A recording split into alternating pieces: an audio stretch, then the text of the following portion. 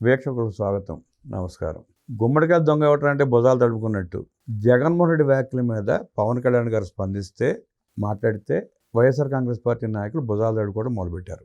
జగన్మోహన్ రెడ్డి పెట్టుబడిదారులని అరెస్ట్ చేస్తాం, రానివ్వం అంటేనే పవన్ కళ్యాణ్ గారు సీరియస్గా స్పందించాల్సి వచ్చింది. పవన్ కళ్యాణ్ వ్యాఖ్యల మీద, జగన్మోహన్ రెడ్డి వ్యాఖ్యల మీద విశ్లేషించడానికి మద్దతుపడున్నారు ప్రముఖ ఆర్థిక, రాజకీయ, సామాజిక విశ్లేషకులు అడ్స్మూరి శ్రీనివాస్ గారు.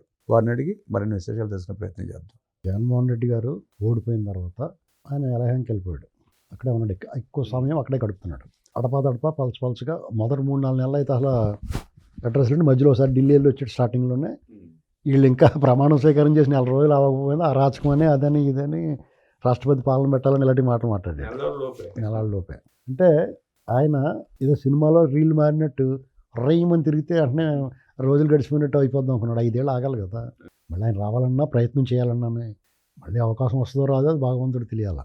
నాకు తెలిసినంతవరకు అయితే మళ్ళీ అడ్రస్లో ఉండడం కనీసం 10-15 ఏళ్ల పాటు ఇక భవిష్యత్తులో ఇతను అనేటువంటిది ఉండదు అనేటువంటిది నా నమ్మకం. సరే, వాళ్ళ ప్రయత్నాలు చేసుకుంటారు.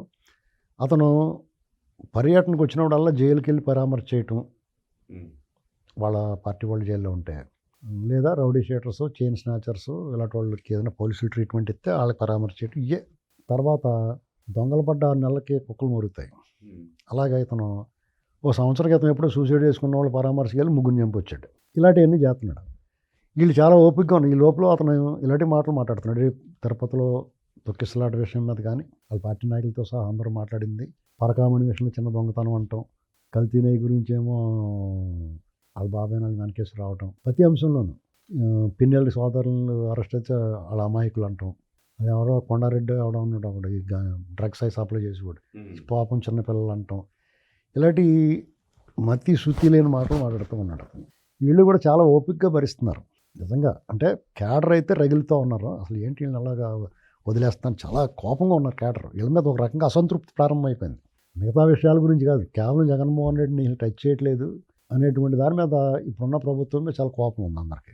అది నిజం. ఇలాంటి సందర్భంగా వాళ్ళు ఇన్ని భరించి సహించి వాళ్ళ పనులు చేసుకుంటున్నారు. రాష్ట్రంలో పెట్టుబడులు వస్తున్నాయి, వాళ్ళ మీద కేసులు వేస్తున్నాడు. నెక్స్ట్ మీరు ఎవరినో మిమ్మల్ని కొట్టి తరిమేస్తామని చెప్తున్నాడు.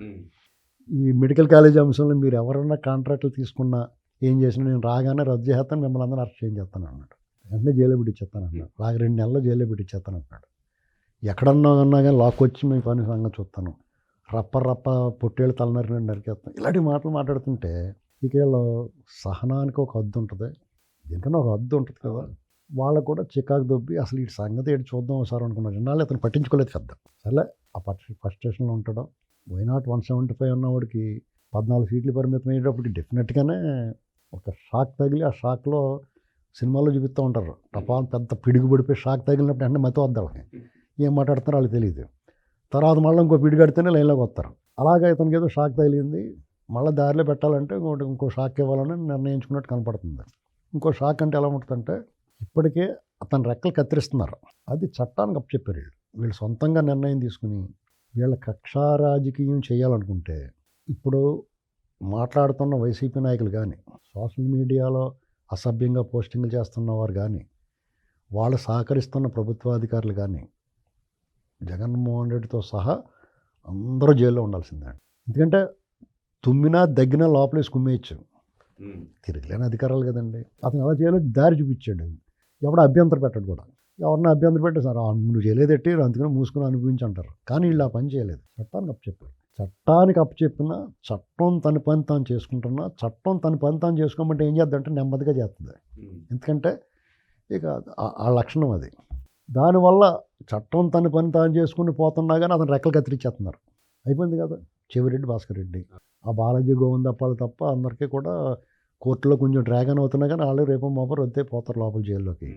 జోగి రమేష్ ఇలాంటి వల్మినేని వంశీ ఆల్రెడీ వెళ్ళి వచ్చాడు, మళ్ళీ రెడీ చేస్తున్నారు అతనికి. ఇలాగా మిథున్ రెడ్డి వెళ్ళి వచ్చాడు. ఎవడో కూడా 2 నెలలు 3 నెలలు తక్కువ కాకుండా జైల్లో గడిపొస్తున్నారు. మళ్ళీ ఎప్పుడు లోపలికి వెళ్తారో తెలియదు. ఇప్పుడు బోనస్గా పరకామణి కేసులోను, కల్తీ నెయ్యి దాంట్లోనూ, మద్యం ముడుపుల్లోనూ, అందులో మళ్ళీ కల్తీ మద్యంలోనూ, ఇది కాకుండా మద్యం స్కామ్ వేరే ఉంది. అంటే నకిలీ మద్యం అమ్మి ప్రభుత్వాన్ని మోసం చేసి ప్రజల్ని అనారోగ్యం పాలు చేసింది, అది ఇంకా లైన్లోకి రాలేదు. అది వచ్చిన తర్వాత ఒక్కోటి వెనకాల వస్తూ ఉంటాయి. మరి ఇతను ఎక్కడ తప్పించుకుంటాడండి? వాళ్ళు అదే చెప్పారు. ఇక షూరు ఉంది అనుకుంటున్నాను నేను. ఎందుకంటే టీడీపీ తరపు నుంచి లోకేష్ గారు మాట్లాడాడు, జనసేన తరపు నుంచి పవన్ కళ్యాణ్ గారు కొంచెం పవర్ఫుల్గా మాట్లాడాడు, బీజేపీ నుంచి కూడా ఇదే ఫస్ట్ టైం మంత్రి సత్యకుమార్ గారు మాట్లాడారు. నన్ను అరెస్ట్ చేసి చూద్దాం అన్నాడు. నన్ను చేస్తాను లేకపోతే మోడీ గారిని చేస్తావా అని చెప్పి చాలా సీరియస్గా అడిగాడు. బీజేపీ కేంద్ర పెద్దలు కూడా ఒక అవగాహనకు వచ్చారు. జగన్మోహన్ రెడ్డి విషయంలో మీరు ఎందుకు వైసీపీని సరిగ్గా ఎదుర్కోవట్లేదు అనేటువంటి మాట అటునుంచి వచ్చింది వాళ్ళకి. అది కాకుండా ఒక సమాచారం అందింది వాళ్ళకి. జగన్మోహన్ రెడ్డి కేసీఆర్తో కలిపి మొత్తం మీద ఏదో ఒక థర్డ్ ఫ్రంట్ లాంటిది ఏదో ప్లాన్ చేసుకుంటారు, కుట్రలాగా. అంటే ఇటు కాంగ్రెస్లోకి వెళ్ళలేని వాళ్ళు ఉంటారు. కేసీఆర్ గారు కాంగ్రెస్తో కలవలేడు, జగన్మోహన్ రెడ్డి కలవగలుగుతాడు. కేసీఆర్ బీజేపీతో కలవగలుగుతాడు, జగన్మోహన్ రెడ్డి కలవగలుగుతాడు. కానీ జగన్మోహన్ రెడ్డిని బీజేపీ వాళ్ళు కలుపుకోరు. ఇలాంటి కొన్ని సంక్లిష్టమైన పరిస్థితులు ఉన్నప్పుడు కేసీఆర్ జగన్మోహన్ రెడ్డి రకరకాల ఆలోచనలు చేస్తున్నారు. ఇటీవల కాలంలో జగన్మోహన్ రెడ్డి కొన్ని ఎన్నికలు, బీహార్ ఎన్నికల్లోనూ మిగతా చోట్ల కాంగ్రెస్ కొంత ఫండింగ్ చేసినట్టుగా ఒక సమాచారం ఉంది. లోపాయి గారిగా వాళ్ళు సపోర్ట్ చేసినట్టు, వాళ్ళతోటి మాట్లాడినట్టు, కర్ణాటకలో ఉండటం వల్ల శివకుమార్ వాళ్ళతోటి, స్టాలిన్ తోటి అన్నీ చూసిన తర్వాత వాళ్ళకి ఇంక ఈ పాముని మనం ఇంకా కాపాడకూడదు. కాపాడుతుంటే దాని అర్థం ఏంటంటే వాళ్ళు చూసి చూడనట్టు వదిలేశారు. అతను చాలామంది చెప్పుకునేది ఏంటంటే అతను జోలికి వెళ్ళకండి, మిగతా మీ ఇష్టం అన్నట్టుగా అనుకున్నారు అన్నారు. అది కూడా ఇప్పుడు ఆ రిస్ట్రిక్షన్, ఆ నిబంధన కూడా ఎత్తేసారు. ఇంక ఇతనికి లోపలికి వెళ్ళి మార్గం సుగమం అయింది. ఇంకా లోపలికి వెళ్ళాల్సిన పరిస్థితి. ఆ క్రెడిట్ ఒక రకంగా చెప్పాలంటే పవన్ కళ్యాణ్ గారికి దక్కుతుంది. ఎందుకంటే గట్టిగా మాట్లాడిన తర్వాత ఇప్పుడు చర్యలు ఉంటాయి. పవన్ కళ్యాణ్ గారు మాట్లాడిన తర్వాత చర్యలు ఉన్నాయని చెప్పి అనుకుంటారు, సహజం అది. కానీ మాలాంటి వాళ్ళు చాలామంది సంవత్సరాల నుంచి మనం రోజు పోరుతున్నాం. ఈ పాము డేంజర్ అండి, ప్రజల్లో భయాన్ని కలిగిస్తుంది, పెట్టుబడిదారుల్లో భయం కలిగిస్తుంది. దీన్ని మనం పావును బుట్టలో పెట్టకపోతే పెట్టుబడిదారులకి భయం, ప్రజలకి భయం ఉంటుంది. ఈ భయాన్ని తొలగించండి అని చెప్తూ వచ్చాం మనం. వాళ్ళు ఏం ఆలోచించారంటే ఈ భయం పోతే చెప్పిన మాట వినరేమో జనం అనుకుని ఉంటారు. అర్థమైందండి. ఇక వాళ్ళు ఇంకా శృతి మించిపోయి పెట్టుబడిదారులు వచ్చి వాళ్ళని బెదిరిస్తుంటే ఇక లాభం లేదు, బుసలు ఎక్కువ కొడుతుంది, కూరలు పీకాల్సిందే, బుట్టలో పెట్టాల్సిందే అనుకున్నారు. అతి త్వరలో తప్పనిసరి పరిస్థితుల్లో తల ఎగరేసిన వల్ల లోపల తీసుకుని దొక్కుతారు. ఇప్పుడు మీకు రాజకీయాలన్నీ కూడా మార్పు వచ్చిందండి. ఒక విలువలతో కూడుకున్న రాజకీయాలు ఇలాంటివన్నీ ఆశించకూడదు మీరు. జగన్మోహన్ రెడ్డి లాంటి వ్యక్తి ఒక విపరీతమైన, విచిత్రమైన మనస్తత్వం ఉన్న వ్యక్తి. మీకు అది మిగతా ఏ రాష్ట్రంలో ఉండదు, పక్కన తెలంగాణలో కూడా ఉండదు అలాగా. మీకు జగన్మోహన్ రెడ్డి సావాసం వల్ల వాళ్ళు ఎలా మాట్లాడుతున్నారు. కానీ బీఆర్ఎస్ వాళ్ళు మామూలుగా అయితే వాళ్ళు కూడా పద్ధతిగానే ఉంటారు. జగన్మోహన్ రెడ్డి సాంగత్యం వల్ల వాళ్ళు చెడిపోయారు.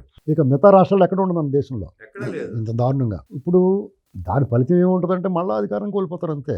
అధికారం మెల్లమెల్లగా ఇంకా దూరంగా జరిగిపోతూ ఉంటారు. జగన్మోహన్ రెడ్డి రాష్ట్ర అభివృద్ధిని అడ్డుకోవడం, వస్తున్న పరిశ్రమను అడ్డగించే ప్రయత్నంలో భాగంగా కోర్టులో పిటిషన్లు వేయించడం, పీపీపీఎల్ తీసుకున్న వాళ్ళ మీద చర్యలు తీసుకుంటూ అరెస్ట్ చేస్తానడం ఎంతవరకు సబబు? ఒక రాజకీయ నాయకుడిగా, మాజీ ముఖ్యమంత్రిగా, పులివెందుల ఎమ్మెల్యేగా అతని వ్యవహార శైలి ఇలాగుంటే ప్రజలు అతను ఏ రకంగా చూసే అవకాశం ఉంది? జగన్మోహన్ రెడ్డి వ్యాఖ్యల మీద, పవన్ కళ్యాణ్ గారి ప్రతిస్పందన మీద అద్భుతంగా విశ్లేషించిన అడుపుల శ్రీనివాసరావు గారికి ధన్యవాదాలు తెలియజేస్తూ నమస్కారం.